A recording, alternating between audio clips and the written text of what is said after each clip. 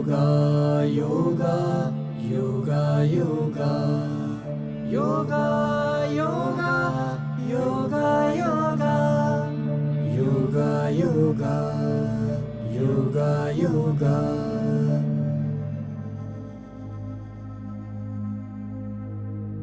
ಶ್ರೀಮತಿ ಲಲಿತಾ ರಾಜಾರಾಮ್ ಅವರ ಯೋಗ ಸ್ಥಾಪನೆಯಾಗಿದ್ದು 2020ರಲ್ಲಿ. ಕೇವಲ 3 ಜನ ಯೋಗಾರ್ಥಿಗಳ ಅಭ್ಯಾಸದಿಂದ ಪ್ರಾರಂಭವಾದ ಯೋಗದಲ್ಲಿ ಸುಮಾರು 300ಕ್ಕೂ ಹೆಚ್ಚು ಜನ ಯೋಗಾಭ್ಯಾಸ ಮಾಡಿದ್ದಾರೆ.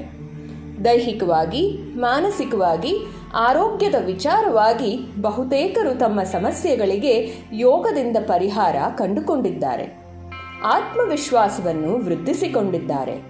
ಮಹಿಳೆಯರು, ಪುರುಷರು, ಮಕ್ಕಳು, ವೃದ್ಧರು ಸಹ ಯೋಗ ತಂಡದಲ್ಲಿ ಇದ್ದಾರೆ. ಈ ದಿನ ಯೋಗ ತಂಡದಲ್ಲಿ 150ಕ್ಕೂ ಹೆಚ್ಚು ಯೋಗಾಭ್ಯಾಸಿಗಳು ಇದ್ದಾರೆ. ಭಾರತದ ಅನೇಕ ಊರುಗಳಿಂದ, ವಿದೇಶಗಳಿಂದ ನಾನಾ ವೃತ್ತಿಯಲ್ಲಿ ತೊಡಗಿಕೊಂಡವರು ಯೋಗಾಭ್ಯಾಸಕ್ಕೆ ತಮ್ಮನ್ನು ತಾವೇ ಸಮಯ ಪ್ರಜ್ಞೆಯಿಂದ ಸಮರ್ಪಿಸಿಕೊಂಡಿರುವುದು ಅವರೆಲ್ಲ ಶ್ರೀಮತಿ ಲಲಿತಾ ರಾಜಾರಾಮ್ ಅವರ ಮೇಲೆ ಇಟ್ಟಿರುವ ಅಭಿಮಾನ, ನಂಬಿಕೆ ಹಾಗೂ ಪ್ರೀತಿಗೆ ಸಾಕ್ಷಿಯಾಗಿದೆ. ಯೋಗ ಒಂದು ದೈಹಿಕ ಕಸರತ್ತಲ್ಲ.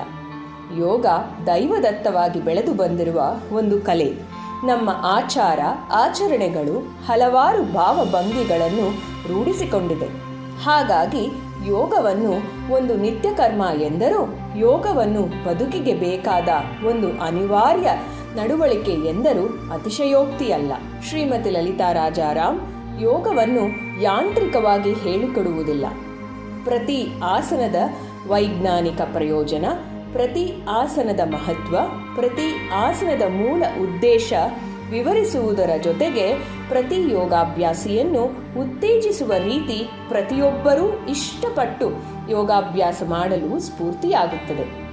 ಅಷ್ಟೇ ಅಲ್ಲ, ಪ್ರತಿ ಯೋಗಾಭ್ಯಾಸಿಗೂ ತಾವೇ ಮುಂದಾಳತ್ವ ವಹಿಸಲು ಸ್ಫೂರ್ತಿ ಹಾಗೂ ಅವಕಾಶ ಸಿಗುವ ಕಾರಣ ಪ್ರತಿ ಯೋಗಾಭ್ಯಾಸಿಯಲ್ಲೂ ಆತ್ಮವಿಶ್ವಾಸ ಪ್ರಬಲವಾಗುತ್ತದೆ. ಪ್ರತಿದಿನ 3 ಬೇರೆ ಬೇರೆ ತಂಡಗಳಲ್ಲಿ ಯೋಗಾಭ್ಯಾಸ ಮಾಡುವ ಯೋಗ ತಂಡದ ಯಾರಿಗೂ ಕಡಿಮೆ ಇಲ್ಲ. ಇಷ್ಟು ವಿಚಾರಗಳು ಯೋಗ ತಂಡ, ಯೋಗದ ವಿಶೇಷ ಮತ್ತು ಯೋಗಾಭ್ಯಾಸಿಗಳ ಸಂಕ್ಷಿಪ್ತ ವರದಿಯಾಗಿದೆ. ಆದರೆ ಇಲ್ಲಿ ಗಮನಿಸಬೇಕಾದ ಮತ್ತೊಂದು ಪ್ರಮುಖ ವಿಚಾರ ಮಹಿಳಾ ಸಾಧನೆ. ಯೋಗ ತಂಡದಲ್ಲಿ ಪ್ರತಿಯೊಬ್ಬರೂ ಪ್ರಮುಖವಾಗಿ ಕಲಿಯುವ ಅಂಶ ನಾವು ಮಹಿಳೆ ಎಂಬ ಧೋರಣೆಯಲ್ಲಿ ಬದುಕಬೇಕಾಗಿಲ್ಲ ಎನ್ನುವುದು. ಹೆಣ್ಣಾಗಿ ಹುಟ್ಟಿದ ಮೇಲೆ ತಮ್ಮನ್ನು ತಾವು ಗಮನಿಸಿಕೊಳ್ಳಲೇಬೇಕು ಎನ್ನುವುದು ಯೋಗ ಮೂಲವಾಗಿ ಹೇಳಿಕೊಡುವ ಪಾಠ ಅಥವಾ ಸೂತ್ರ.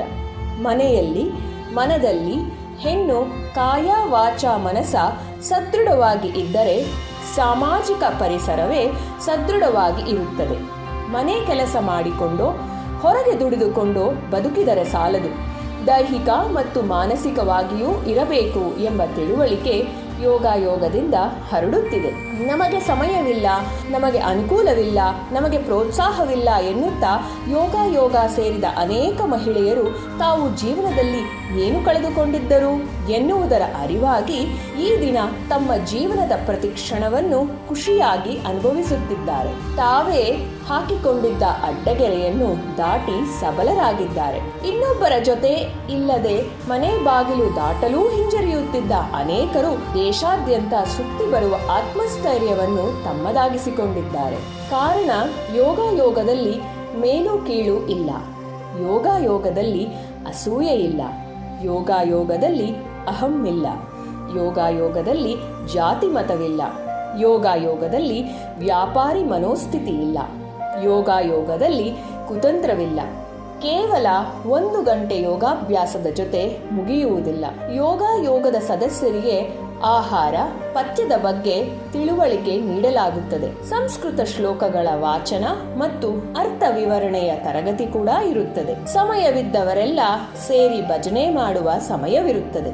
ಯಾವುದೇ ವಿಚಾರವಿರಲಿ ಸಮಾಲೋಚನೆಯ ಮೂಲಕ ಅವರವರ ಸಮಸ್ಯೆಯಿಂದ ಹೊರಬರುವ ಮಾರ್ಗದರ್ಶನವಿರುತ್ತದೆ.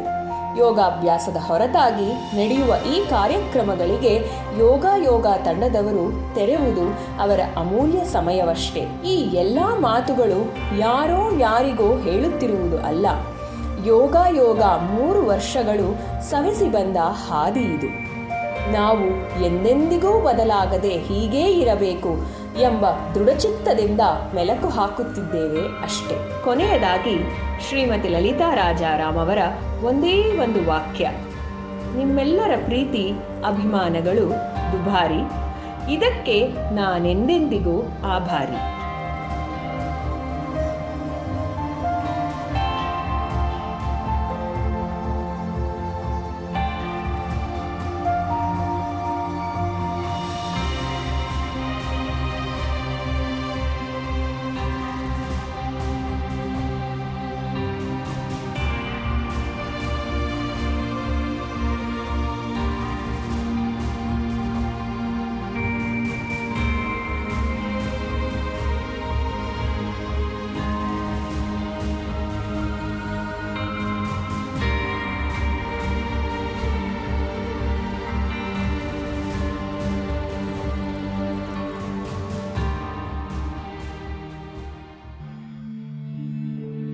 Yoga, yoga, yoga, yoga, yoga, yoga, yoga, yoga, yoga, yoga, yoga, yoga.